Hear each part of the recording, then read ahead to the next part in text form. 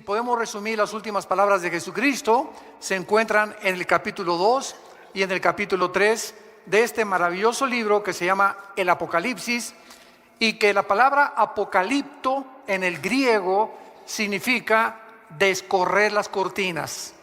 Cuando los griegos antiguamente tenían una estatua y la cubrían con una manta, antes de que pudiera la gente acercarse a ver de qué se trataba, le jalaban un cordón y quedaba descubierta la estatua.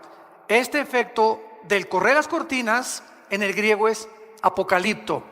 Actualmente, cuando hay la exposición de carros en Ginebra, en Francia, en París, pues tapan, ¿verdad?, los Lamborghini, los Ferrari, los nuevos carros, y la gente se acerca a los periodistas y quitan la manta y de repente aparece el nuevo modelo que están promoviendo. Este efecto se llama el Apocalipsis, descorrer las cortinas. ¿Por qué se llama así este libro? Porque en este libro Dios nos corre las cortinas del futuro. Nos abre la ventana para que nos podamos asomar y podamos percibir en lo que va a acabar el mundo. Para que podamos, no solamente por curiosidad o por aumentar el intelecto, ver cómo va a acabar el mundo, porque la gente es curiosa por naturaleza. Por eso estamos llenos de brujos, de falsos profetas, de mediums, porque todo el mundo está profetizando esto, está profetizando aquello, cuando todo está ya aquí escrito en la Biblia. Entonces Dios no solamente quiere que tengamos el intelecto para poder conocer por curiosidad, sino que nosotros sepamos que en la medida en que el Apocalipsis se va desarrollando, podamos irlo comparando con el aspecto geopolítico del mundo, con el aspecto antropológico del mundo, como es ahorita la famosa transgéneros y todas estas abominaciones para destruir la familia, el fundamento con el cual la sociedad ha estado establecida, y podamos prevenirnos y levantar nuestra voz. Somos la sal de la tierra, y si nosotros no hablamos, y si nosotros no continuamos manifestando la opinión de Dios al mundo en todas las áreas donde tú te desenvuelvas, por eso dice el dicho: los malos triunfan cuando los buenos no hacen nada. Entonces quedarnos callados es hacernos cómplices de la maldad del mundo. Fíjate lo que te estoy diciendo. Y si tú eres cristiano, tú eres la sal de la tierra. Y cuando la sal pierde su sabor, dice en Mateo capítulo 5 el Señor Jesucristo, no sirve más que para ser pisoteada por los demás. El día que nosotros perdamos nuestro sabor y perdamos nuestro testimonio, no sirves para nada. Y la misión por la cual Dios nos llamó para poder realmente bendecir al mundo es para que evitemos hablando, comunicando, predicando, testificando el Evangelio de la gracia de Dios, e impidamos que la corrupción del mundo continúe avanzando con la velocidad que actualmente lo está haciendo. Hemos llegado a un grado donde ya es normal, y ese es el peor de los niveles a los que una sociedad pueda llegar, a donde nos acostumbremos que lo que el mundo está aceptando es normal. Pero lo que más me impresiona de todo esto, con el mensaje que vamos a ver de Sardis en el capítulo 3 del Apocalipsis, abran sus Biblias ahí, por favor, Apocalipsis 3. Lo más sorprendente de lo que estamos viendo actualmente en el mundo es que las dos más grandes potencias del mundo, Rusia y la China, están en contra de la ideología de género, están en contra de lo transgénero, están en contra del matrimonio homosexual. Son las dos más grandes potencias del mundo, escuchen ustedes, y son ateas. En China todavía es comunista. Rusia, la mayor parte, prevalece el ateísmo. Y las naciones que se dicen cristianas son las que están acostumbrándose a aceptarlo. Yo no estoy de acuerdo con muchísimas cosas que el presidente de Rusia, Vladimir Putin, ha emitido, o la forma como él está actuando en muchas áreas del mundo. Pero acabo de escuchar un discurso de él que me dejó helado. Y dije, estoy 100% en lo que él acaba de decir, criticando a las naciones occidentales de cómo es posible que a los niños los adoctrinen desde niños a tener tendencias con las cuales no nacieron. Como él dice, a los 18 años que cada quien escoja vivir como le da la gana. Pero es un crimen que desde a los niños que no tienen el factor todavía para poder decir entre el bien y entre el mal, les comiencen a enseñar o los comiencen a vestir de mujeres o los comiencen a vestir de hombres. Eso no se vale. Eso no se vale. Y ya lo están haciendo en las escuelas. Y quieren forzarnos a nosotros a que lo aceptemos. Y es un crimen contra los niños. La forma más fácil de destruirlos psicológicamente a una criatura que todavía no forma todavía su forma y su conducta de pensar. ¿Cómo es posible que el mundo esté como esté? ¿Se acuerdan ustedes del libro de Jonás en el capítulo 1? Que él se escapa contra la voluntad de Dios. ¿Y a dónde va Jonás? En dirección opuesta. Y se sube al barco donde los marineros que no eran cristianos le dicen a Jonás: pero ¿cómo es posible de que tú puedas hacer esto y esconderte ante esta tormenta? Y los marineros que no eran cristianos le dan ejemplo a José y lo echan a la borda cuando él acepta de que realmente la culpa de la tormenta se debe a él. Y así tenemos cientos de casos en el mundo entero. Y por eso es que nosotros ya debemos de cobrar reacción. El mundo está a punto de irse a una espiral de autodestrucción. Estamos en un mundo demasiado contaminado, demasiado sucio, demasiado perverso y depravado, sobre todo para las generaciones de nuestros hijos y de nuestros nietos. Tenemos que levantar la voz. Tenemos que decir: así dice el Señor. Aquí está la palabra eterna. Los cielos y la tierra pasarán, pero mis palabras, dijo Jesucristo, no pasarán. En este mensaje a la iglesia de Sardis, capítulo 3 del Apocalipsis, versículo del 1 al 6, es una iglesia, o fue una iglesia Sardis, que desde luego representa también a muchas iglesias que han subsecuentemente seguido las mismas características o han mantenido las mismas normas que esta iglesia. Esta es la razón por la cual se nos da este ejemplo de estas 7 iglesias. ¿Saben ustedes que las vastas distancias del espacio interestelar son inimaginablemente intensas? Las estrellas más cercanas a nosotros tienen trillones de kilómetros de distancia, y estas distancias han forzado a los astrónomos y a los astrofísicos a poder sacar una unidad apropiada para medirlo, que se llama el año luz. Un año luz equivale a lo que la luz viaja a 300,000 kilómetros por segundo. Cuando Alberto Einstein sacó su famosa teoría E igual a mc al cuadrado, la energía es igual a la masa por la velocidad de la luz al cuadrado, se determinó desde hace estamos hablando ya casi un siglo, que no hay nada en el mundo más rápido que la luz. No hay nada. Hace algunos años hubo un físico que dijo que había unos neutrones que viajaban más, etcétera, etcétera, pero descubrieron después que había un error y que estas pequeñas partículas subatómicas no eran más rápido que la luz. Y esto es increíble porque el Sol se encuentra a 150 millones de distancia de la Tierra. O sea que la luz del Sol hacia nosotros viaja en 8 minutos 20 segundos. Es lo que tarda la luz del Sol llegar a la Tierra. 8 minutos 20 segundos. En los 150 millones de kilómetros que tiene. Ahora, las estrellas que están, imagínense, a miles de kilómetros, de trillones de kilómetros más lejos del Sol, y que vemos en la noche como puntitos de luminosos, muchas ya no existen. ¿Por qué? Porque desaparecieron hace millones de kilómetros, millones de años, perdón. Pero ¿por qué seguimos viendo su luz? Porque explotaron, pero la luz continúa llegando y viajando en el espacio. Yo quiero usar este fenómeno de la física para poder compararlo con la situación de muchas iglesias que hace muchos años brillaron, tuvieron luz, fueron luminosas, y ahora solamente desaparecieron estas iglesias y viven de la luz del pasado. Viven de sus victorias pasadas. Cristianos que hace 10 o 15 o 5 años tuvieron una muy buena vida y ahora ya completamente están apagados. Iglesias apagadas que tienen el nombre, que viven, pero están muertas.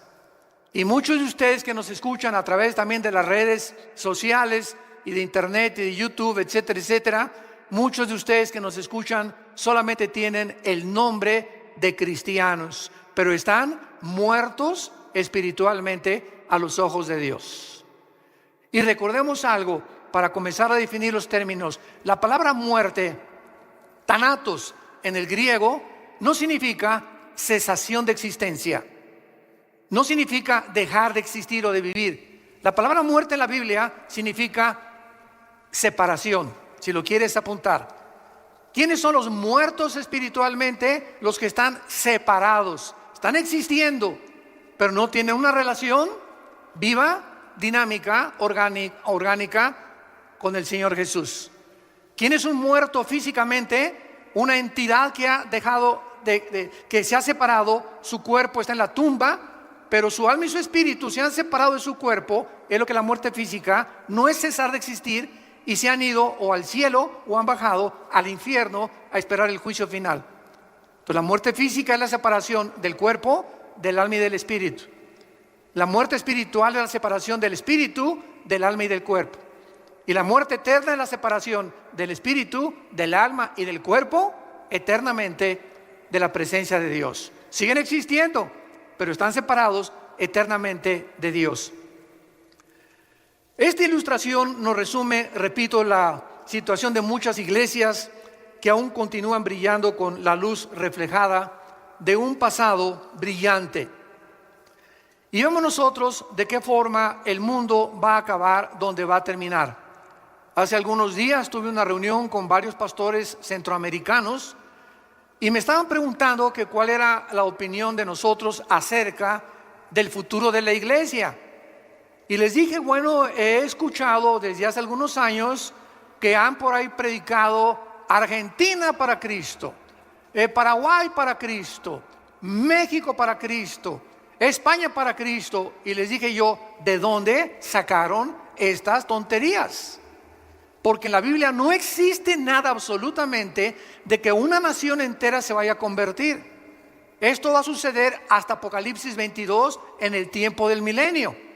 Entonces la Biblia no profetiza ni tampoco nos exhibe que antes que venga Cristo la situación del cristianismo va a mejorar. Al contrario, la Biblia enseña que antes de que Cristo venga viene la apostasía. Segunda de Tesalonicenses 2, 3 y 4, antes que venga el anticristo vendrá la apostasía. Primera de Timoteo 4:1, el Espíritu dice que en los últimos tiempos muchos apostatarán de la fe. Mateo 24:12, el Señor Jesucristo hablando, por haberse multiplicado la maldad, el amor de muchos se va a enfriar. Segunda de Pedro capítulo 2, así como hubo falsos profetas y falsos apóstoles, así habrá en los últimos tiempos falsos apóstoles, falsos profetas, que harán mercadería de la gente. Entonces estamos ante un panorama negro. Sin embargo, en medio de esta apostasía siempre habrá un remanente. Siempre habrá en todas las naciones, en todas las iglesias, un pequeño, muy reducido, muy pequeño de verdaderos cristianos. Y a ese pequeño remanente tú eres el que debes de permanecer y pertenecer. Ese es el remanente que Dios va a cuidar, a protegernos de todo lo que viene en el mundo. Como dice aquí en Apocalipsis capítulo 3, versículo 10, por cuanto has guardado la palabra que yo te he dicho, es mensaje a Filadelfia, te guardaré de la hora de la prueba que ha de venir sobre el mundo. Dios va a proteger a ese remanente. Por lo que, dándonos cuenta de cómo el mundo es tan agresivo y cómo las fuerzas de la naturaleza han atacado al mundo, al planeta Tierra, huracanes, tsunamis, incendios, terremotos, etcétera, etcétera, siempre lo ha habido en la historia, pero nunca habían convergido todos juntos. como ahora lo estamos viendo, uno tras otro, uno tras otro, uno tras otro. Solamente esta semana más de 62 terremotos hubo en el mundo. Nada más en 7 días. Muchos no se dan a conocer porque fueron de 3 grados, de 4 grados, de 5 grados, van aumentando, etcétera, etcétera. Pero estamos en un mundo convulsionado completamente por las fuerzas naturales de la naturaleza. Entonces, teniendo en cuenta estos factores y estas condiciones, acerquémonos a Dios. Es tiempo que te acerques a Dios con tu familia y con tu matrimonio.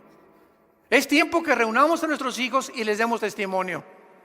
Es tiempo que a tu novia le des testimonio que es un cristiano. Y no la manosees, no te atrevas a tocarla antes de casarte. Es tiempo que le des a tu novio un testimonio, lo que es una muchacha hija de Dios. Porque ese es el testimonio, como dice Hebreos capítulo 13. Alcanzaron por la fe buen testimonio los antiguos. Los testigos que ahí menciona, desde Abel, Noé, Enoc, Abraham, etcétera, etcétera.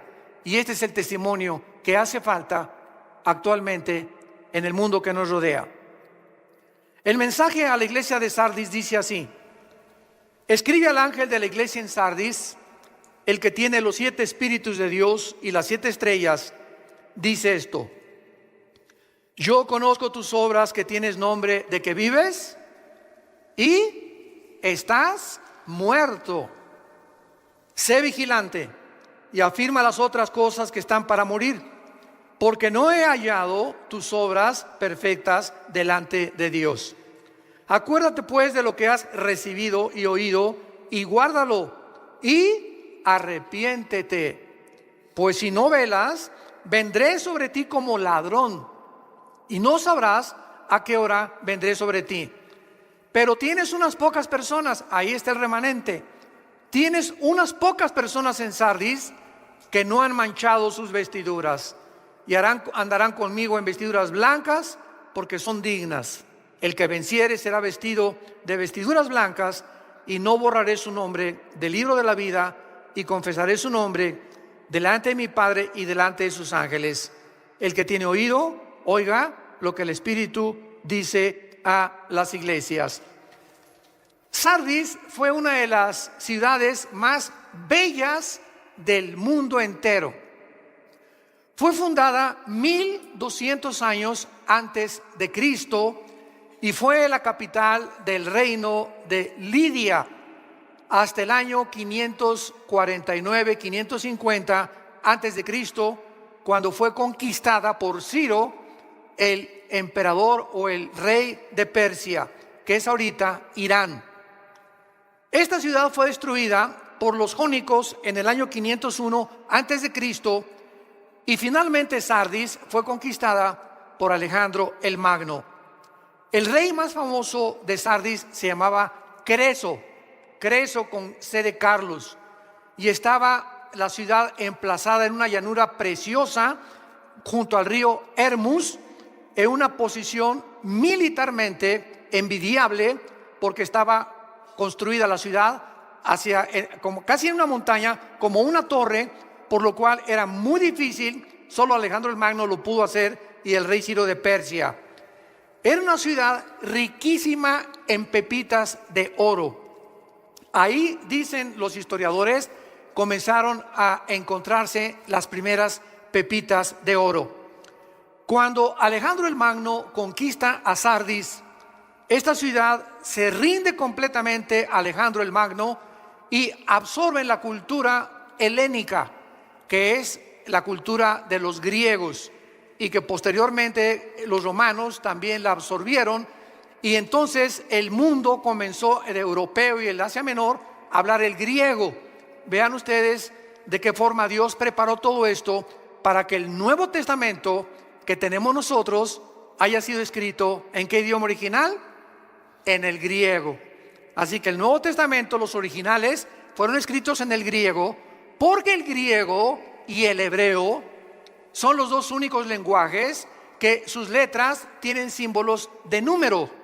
Esto se llama gematría. Entonces la B en griego es el 5, la X en griego, ¿no saben? El 10, 2x, 20. 3x, el 50. Ah, ¿verdad? Bueno, sí saben griego. Entonces, esta es la razón también. Y aparte que las palabras griegas, como las palabras hebreas, tienen 4 o 5 significados. ¿Qué quiero decirles? Por ejemplo, la palabra padre en español, ¿qué significa? Progenitor, ¿no? Pero también significa bonito. ¿Cómo? ¿Qué padre está el cielo? Oye, ¿qué padre vestido traes? ¿Qué le estás diciendo? ¿Que ese vestido lo engendró quién? No, ¿verdad? Pero vean ustedes cómo usamos barbarismos en todos los idiomas, y entonces usamos palabras que si las queremos traducir no tienen traducción. En inglés, por ejemplo, imagínense, what father is the heaven? Dile eso a un americano y no te va a entender. ¿Qué padre está el cielo? Es algo que pertenece solamente y que nosotros entendemos. Por eso mi esposa y yo, cuando vimos chistes en Estados Unidos, casi nunca los entendemos, y cuando contamos chistes nosotros, sobre todo los de Cantinflas, menos los entienden ellos, ¿verdad? Bueno, esto es impresionante, porque esta es la razón por la cual el griego fue absorbido por las culturas antiguas para preparar el camino a la predicación del Evangelio de la gracia de Dios. El emperador romano Tiberio, ya cuando Roma conquistó a Grecia, reconstruyó esta ciudad de su tesoro personal de 10 millones de sestercios. 10 millones de sestercios equivalen a $1 millón del siglo XXI. Los mejores gladiadores de Roma salieron de Sardis, y la mayor parte de los gladiadores se degeneraron por todo el ambiente que había en la ciudad y en el Imperio Romano, y entonces, ¿verdad? Y el libertinaje que existía, y pues fue una de las cosas que terminaron también con estos guerreros de esos tiempos. Las personas de Sardis adoraban a la diosa Cibeles. Me acuerdo que ahí en Tecamachalco, en México, hay una calle que se llama La Fuente de Cibeles. Bueno, esa palabra Cibeles viene de la diosa de Sardis, que también tenía el nombre de Artemisa, que era la diosa de la fertilidad. Y bajo esta atmósfera degenerada, la iglesia estaba creciendo, pero poco a poco la influencia del mundo en la iglesia termina matando, asfixiando el testimonio que debemos de dar. Y esta es la razón por la cual Dios escribe estos mensajes en el Apocalipsis, y de las 7 iglesias a 5 las llama a que se arrepientan. Porque si Cristo viene ahorita saliendo el servicio, o hoy en la noche, o mañana, o dentro de un año o varios años, y tú te encuentras en la condición en la que tú te encuentras actualmente, te vas a quedar. Te vas a quedar. Porque ya las trompetas del Apocalipsis oyen en el cielo, y va a haber millones de personas que llenan actualmente las iglesias que se dicen cristianas en el mundo entero, que no se han arrepentido nunca de su vida. Las iglesias están llenas de cabritos, mazacuatas, coralillos, cascabeles y chivos y cabritos. Y la cantidad de ovejas en las iglesias es reducidísima. Entonces, esta es la razón por la cual tanta gente, oye, ¿por qué no vas a la iglesia? Ay, porque son una bola de hipócritas, y conociste a estas personas. Es que conociste a la cizaña, a las mazacuatas y a los coralillos. Te andabas juntando con los chivos. Nunca buscaste las verdaderas ovejas, los verdaderos jóvenes consagrados, las verdaderas muchachas consagradas, los verdaderos matrimonios que quieren servir a Dios y que están luchando por sobrevivir en el mundo que nos rodea. Entonces, cuando ponemos los ojos en los hombres, se nos olvida que Jesús en Mateo 13, en su parábola famosa de la semilla y de la cizaña y el trigo, nos lo advirtió, que está sembrada en todas las iglesias cizaña. Están personas infiltradas, sin que lo sepan ellas, movidas por poderes espirituales enemigos de Dios, para hacer tropezar a las ovejas para hacer mala influencia a matrimonios, para que de alguna forma comience el leudamiento de la iglesia. Como en la parábola de cuando se introducen las 3 medidas de harina o de levadura en el pan, y dice Cristo hasta que todo es leudado. Y ahí simboliza a una mujer como la persona que se leuda todo, porque es el símbolo de la iglesia apóstata, la gran ramera de Apocalipsis 17. ¿Quién es la gran ramera de Apocalipsis 17? El conjunto de todas estas iglesias que tenían nombre, que vivían y estaban muertas. Es las iglesias que se vendieron, que se dieron a la presión del mundo y no mantuvieron sus convicciones hasta el final. Veamos rápidamente el análisis de esta iglesia que hace Jesucristo. Número 1, el capítulo 3, versículo 1, el mensaje a la iglesia de Sardis. Y dice Jesús que Él tiene los 7 espíritus de Dios. El libro del Apocalipsis es un libro casi en su mayor parte de símbolos. Porque cuando estudiamos la Biblia, todos nosotros los que estudiamos teología, y tú que eres un estudioso más consciente de la Biblia se interpreta o se puede interpretar de 3 maneras. Se puede interpretar literalmente cuando así nos lo permite la Biblia. Cuando, por ejemplo, dice la Biblia, y María conoció a José, estaban desposados, todo eso es literal. No nos da la Biblia una puerta para que podamos interpretarla. Número 2, figurativamente. Y la Biblia se puede interpretar también proféticamente. Entonces, la interpretación en el Apocalipsis es simbólica, ¿verdad? La mayor parte son metáforas o símbolos. Y cuando dice los 7 espíritus de Dios, el 7 se repite en el Apocalipsis casi 40, 50 veces. Los 7 ángeles, las 7 estrellas, los 7 espíritus. ¿Por qué? Porque en el simbolismo de la Biblia los números tienen un símbolo o tienen un significado. El 1, la unidad.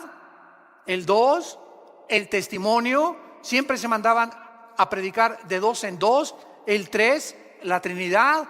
El 5 es el número de la gracia. El 6 es el número del ser humano.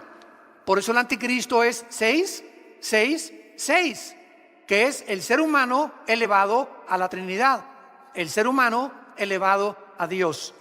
El 7 es el número perfecto, es el número completo. Por eso hay 7 días. Nunca se han preguntado, pregúntale a tu maestro ateo, ¿quién inventó la semana de 7 días? Pregúntaselo a cualquier ateo o a cualquier científico. ¿Cómo es posible que se haya definido que el ser humano necesita 6 días de trabajo y todos necesitamos pararnos, detenernos cada 6 días y descansar? De cada 7 días, un día tenemos que descansar. Llámese el lunes, si tú trabajas el domingo en un hotel, pues tu lunes. Pero si no nos detenemos a descansar, el día de descanso, y no tiene que ser el sábado o el domingo para los que la mayor parte tenemos la bendición de no trabajar, pero si no nos detenemos un día a la semana, comenzamos a desgastarnos mental, psicológica y físicamente. El cuerpo humano necesita descanso. Y el día de descanso, olvídate de tus cálculos, de tu trabajo, de tu carpintería, de tu taller, de tu bufete de abogados, de tu consultorio médico. Olvídate de todo. Vete el partido. Bueno, ya hasta ahorita Real Madrid-Barcelona. Va ganando Barcelona 1-0. Pues hay que descansarnos de todo, ¿verdad? Si puedes ir en la tarde al fútbol, ¿verdad? Descansar al parque con tus hijos, con tus nietos, irte el día a un buen restaurante a comer o taquitos ahí en tu casa. Pero tratemos de el cerebro, las neuronas, librarnos de la presión de los pensamientos, porque así nos diseñó Dios. 6 días y 1 tenemos que descansar. Muy bien, en Isaías 11, versículo 1 y 2. Veamos qué son los 7 espíritus de Dios. Porque no son 7 espíritus, son las 7 manifestaciones que el Espíritu Santo tiene, y que la única persona que ha tenido estas 7 manifestaciones del Espíritu ha sido Jesucristo, el Hijo de Dios. Saldrá una vara del tronco de Isaí, y un vástago retoñará de sus raíces. Está hablando proféticamente 700 años antes de que Cristo naciera, el profeta Isaías. Y escuchen lo que dice: y reposará sobre él, o sea, sobre Jesús, número 1, el Espíritu de Jehová. Espíritu de sabiduría, inteligencia, consejo, poder, conocimiento y temor de Jehová. Esta es la plenitud del Espíritu Santo.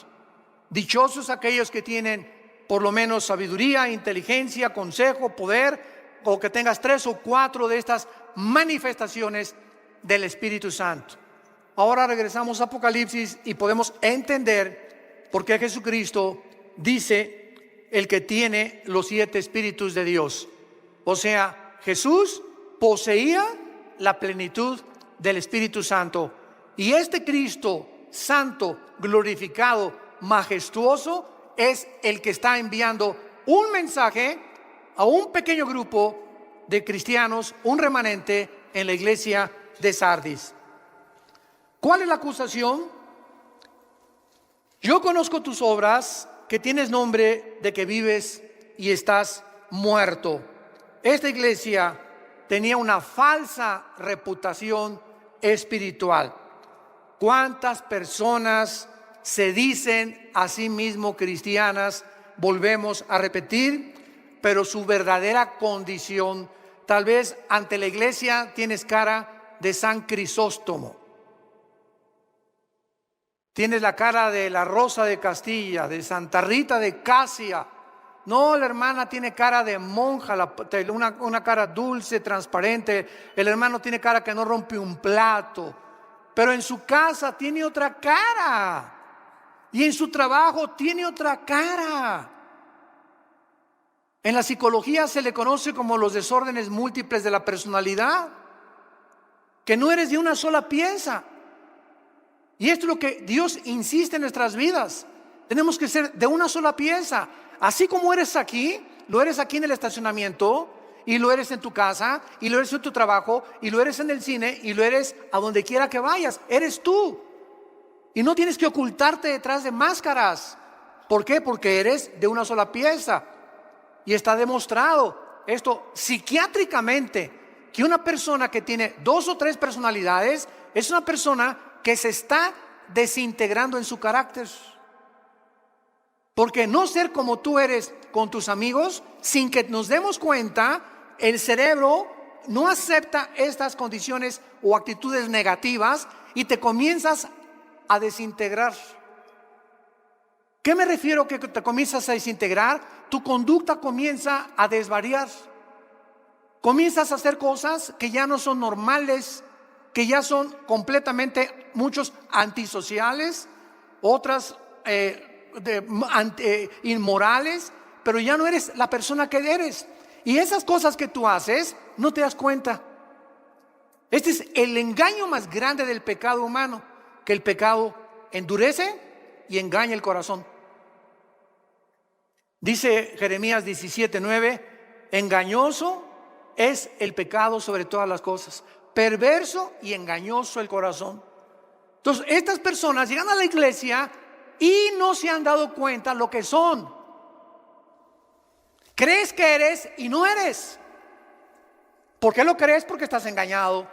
Si no estuvieras engañado, te darías cuenta de tu verdadera condición. Ahora, ¿a qué venimos a la iglesia? A que se nos corra el velo, a que haya un apocalipsis, a que Dios nos corra la cortina y nos muestre cómo somos.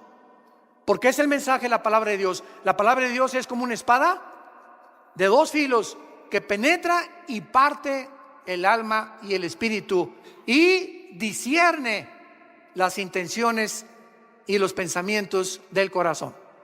Nada más que la exposición a la Biblia nos puede mostrar nuestra verdadera condición delante de Dios. Tus amigos te van a decir una cosa: no, tú te pareces a Sansón. No, que Rambo ni que Rambo, tú eres el papucho de papuchos de Metepec. No, hermana, tú estás bien, ¿verdad? Por aquí, por allá. Todos estamos rodeados de gente que nunca podrán asomarse a nuestro corazón más que Dios. Dichosos los que escuchan y leen las palabras de esta profecía, porque el tiempo está cerca. Déjale a Dios exhibirte, que nos corra realmente las cortinas, que te veas como es, porque Dios nos toca la llaga. Y cuando tú oyes que eso te llega a ti y que te pones el sombrero o el saco porque a ti te está quedando lo que estás escuchando, dichoso seas si hoy te arrepientes. Dichoso seas, bendito seas. Que le digas: Padre, yo no quiero ser así. Gracias por mostrarme esa cara que estaba engañado que yo tenía. Ya no quiero ser así. Entiendo que solo tú me puedes cambiar. Perdóname. Lávame con tu sangre preciosa. Jesús, entra a mi vida como mi Salvador. Te necesito, Señor. Dichoso seas si por esa puerta esta mañana tú sales con estas condiciones en tu corazón. Vemos nosotros que esta muerte espiritual está conectada siempre con el pecado. ¿Cuáles son las señales de peligro de una iglesia que se está muriendo? Porque ahorita vemos cantidad de iglesias, repito, por afuera, ¿no? Y lámparas persas y candelabros chinos de Francia. Y parecería pues que es una iglesia próspera, porque ahorita se mide la iglesia por la cantidad de gentes o por la calidad que existe en la construcción, de que es una iglesia próspera. Ese es el termómetro del siglo XXI, pero los pensamientos de Dios no son nuestros pensamientos. Y no estamos en este momento en contra de que hay iglesias grandes. Gracias a Dios las que son grandes y las que tienen la ventaja de tener un buen recinto. No estamos en contra de eso. Estamos en contra de que se enfoquen solamente en eso nada más, como lo vamos a ver a continuación. ¿Cuándo son las señales de peligro de que una iglesia se está muriendo? Cuando las actividades de la iglesia se enfocan en actividades sociales o de construcción en lugar de un cambio del corazón de las gentes mediante el evangelio y la predicación de Jesucristo.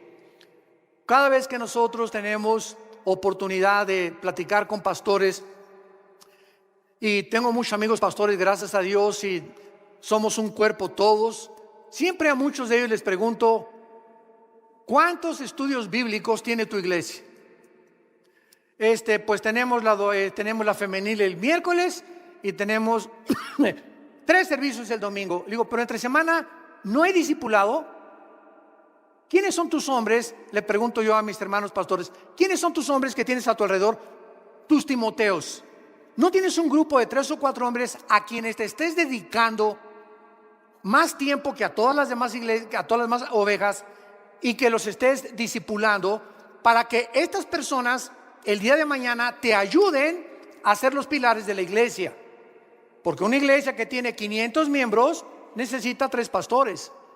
Imposible que un pastor alimente a 500 ovejas. Imposible. Aconseje, vaya a los velorios, vaya a los hospitales, etcétera, etcétera. A las 2 de la mañana contesta el teléfono que le dio un planchazo a su esposo, a la esposa.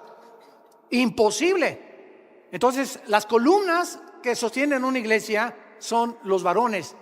La iglesia es un conjunto, se les llama en el Nuevo Testamento ancianos.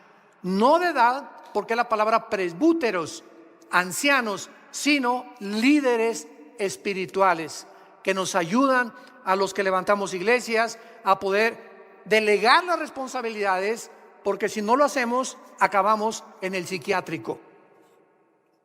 Entonces, si una iglesia no tiene estudios bíblicos y no está discipulando entre semana a las iglesias, es una iglesia que ya se le olvidó el mandamiento de Mateo 28, 19 y 20, la gran comisión. Todos se lo saben de memoria. Muere Cristo y sube al cielo y dice: toda potestad me es dada en los cielos y en la tierra. Id y predicar el evangelio y hacer discípulos en todas las naciones. ¿Qué es hacer un discípulo? Hacer seguidores. La palabra discípulo es matetus en el griego, matetus, que significa el que sigue a otro. Eso es lo que es un discípulo. Vean lo que Jesús dijo en Juan capítulo 8, versículo 31 en adelante. Esto es impresionante porque Jesús estaba hablando a los que ya habían creído en él. Juan 8:31. Dijo entonces Jesús a los judíos que habían creído en él. Y las iglesias cristianas pues están llenas de personas, porque si no, no irían, que dicen que creen en Jesús. Pero fíjate lo que dice la Biblia, ¿qué significa creer en Jesús? No solo intelectualmente. Jesús les dijo: si ustedes permanecen en mi palabra, serán verdaderamente, ¿qué cosa? O sea, si ustedes continúan también todos los días tus devocionales en tu casa, estudios bíblicos en la iglesia, etcétera, etcétera, entonces te conviertes de cristiano a discípulo. Y no todos los cristianos son discípulos. Solo los discípulos son cristianos. Y conocerán la verdad, y la verdad os hará libres. ¿Por qué hay tantos cristianos que se dicen cristianos, que vienen a las iglesias y todavía celebraré Halloween? ¿Pondré árbol de Navidad en diciembre? ¿Qué tan apretados deben las mujeres llevar los pantalones? Deben de tatuarse los jóvenes. Siempre están con tonterías de esas, fijándose siempre en estas cosas superficiales que no es lo que hace un verdadero cristiano. Pero son esta clase de gente que están en todas las iglesias. No nos asustemos si tú oyes que en la nuestra también hay ese tipo de personas. Las hay, porque así es la iglesia, una mezcla de cizaña con trigo. Y no salen de eso. En otras palabras, igual que los fariseos, siempre están buscando agradar a Dios por sus obras, por cómo se visten, por cómo se pintan, por lo que hacen. Si ponen árbol de Navidad, yo no puse árbol de Navidad, pon una palomita de arriba, Miguel. ¿Se imaginan ustedes? En Navidad, el Señor, a ver, el arcángel Miguel, vayan a ver quién no puso árbol de Navidad y le ponen paloma. Los que pusieron árbol de Navidad, aunque estén contentos y llenos de la gracia y del Espíritu Santo, ponles una tacha. Porque a mí no me gustan las esferas. Por el amor de Dios, ya entendamos lo que es el cristianismo. Es algo interno del corazón. Romanos 14, el reino de Dios no consiste en bebida, comida, lo que hagamos, sino en gozo y paz en el Espíritu Santo. No le preguntes, ¿tiene tatuajes? Pregúntale si tiene gozo y paz en su corazón. Y por el amor de Dios, un gordo no se atreva a criticar a alguien que está tatuado. Yo se los he dicho. ¿Por qué, hermano? Porque tú no eres un templo del Espíritu Santo, eres una catedral del Espíritu Santo. Tú le estás haciendo más daño a tu cuerpo que alguien que se puso un dibujo ahí en el brazo o en la panza o en el ombligo. Así que la Biblia dice que somos templo del Espíritu Santo, que es nuestro cuerpo, cuidámoslo. Entonces no nos atrevamos, es lo que les digo, apuntar un dedo así, porque hay tres que nos apuntan a nosotros. Cada vez que tú haces así, hay tres apuntándonos a nosotros. Cuidemos la forma en la que nosotros vivimos ya. Tenemos que madurar. Regresamos a Apocalipsis. Y ojalá que sigan aprendiendo hoy cosas más intensas del Espíritu de Dios. Tienes nombre de que vives y estás muerto. Vemos pues nosotros que hay una fe que puede ser imitada. Hay una fe que puede ser imitada. O sea, hay un arrepentimiento que no es arrepentimiento, es remordimiento. Y veamos nosotros en 2 Corintios capítulo 7 la diferencia entre el remordimiento y el arrepentimiento. 2 Corintios 7, versículo 10. Porque la tristeza que es según Dios, o sea, cuando realmente nuestra tristeza es el fruto de que Dios está trabajando en nuestro corazón, produce arrepentimiento para salvación, de que no hay que arrepentirse, pero la tristeza del mundo produce muerte. En otras palabras, llega una muchacha o una persona, hermano, pues caímos en la fornicación o hice este pecado y el otro, hay una tristeza tremenda en mi corazón. Hay que fijarnos que esa tristeza no sea porque voy a tener que recoger la cosecha, y ahora quién me va a poder a recoger con mi niño, voy a quedar embarazada porque soy madre soltera. Esa tristeza no es de Dios, esa tristeza es porque estás teniendo miedo de lo que la gente diga y de las consecuencias que vas a tener. Pero cuando nuestra tristeza es: Señor, te he ofendido, no me importa lo que la gente diga, quiero tu perdón. En ese momento sabemos que somos perdonados, 1 Juan 1:8, porque la sangre de Cristo nos limpia de todo pecado, y de ahí en adelante ya no vivo con vergüenza porque no tengo que arrepentirme. Ya me arrepentí y lo creo porque la sangre de Cristo tiene poder. ¿Me siguieron con cuidado? Esa es la diferencia. Judas se arrepintió. A ver, aquí tenemos a dos hombres, a Pedro y a Judas. Los dos cometieron alta traición. Los dos negaron a Cristo. Los dos desobedecieron a Cristo. Sin embargo, la Biblia dice que hay una diferencia entre Pedro y entre Judas cuando los dos eran culpables de alta traición.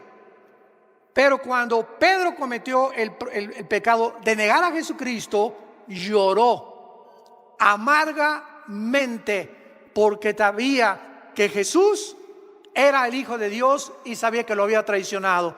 Pero no se quitó la vida como se la quitó Judas. Judas agarró las 30 monedas de plata y las aventó a los sacerdotes y fue y se ahorcó. Y dice la Biblia que se rompieron las cuerdas, cayó sobre piedras y se le salieron todos los intestinos a Judas. Así murió Judas. Si él hubiera creído que Jesús era el Hijo de Dios, no se hubiera matado, no se hubiera quitado la vida. Hubiera creído que hay perdón en la cruz que iba a Cristo a enfrentar. Pero él no creyó nunca en Cristo. Él nunca fue salvo.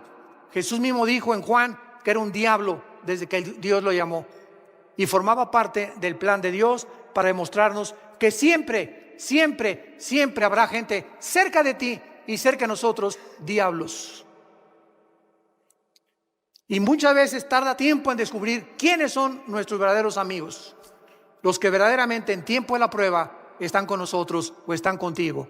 Es el mundo que vivimos. No todo es angelitos, no todo es Disneylandia, no todo es Reino Ventura. Estamos en un mundo donde hay lobos rapaces junto a ti, atrás de mí, a tu derecha y a tu izquierda. Es un mundo muy feo el que vivimos, y si estamos bajo el amparo del Señor, Él nos cuidará, nos fortalecerá, nos librará del lazo del cazador, de la peste destructora, y mandará sus ángeles a que nos rodeen. ¿Por qué? Porque en Él hemos puesto nuestra confianza. El Salmo 91.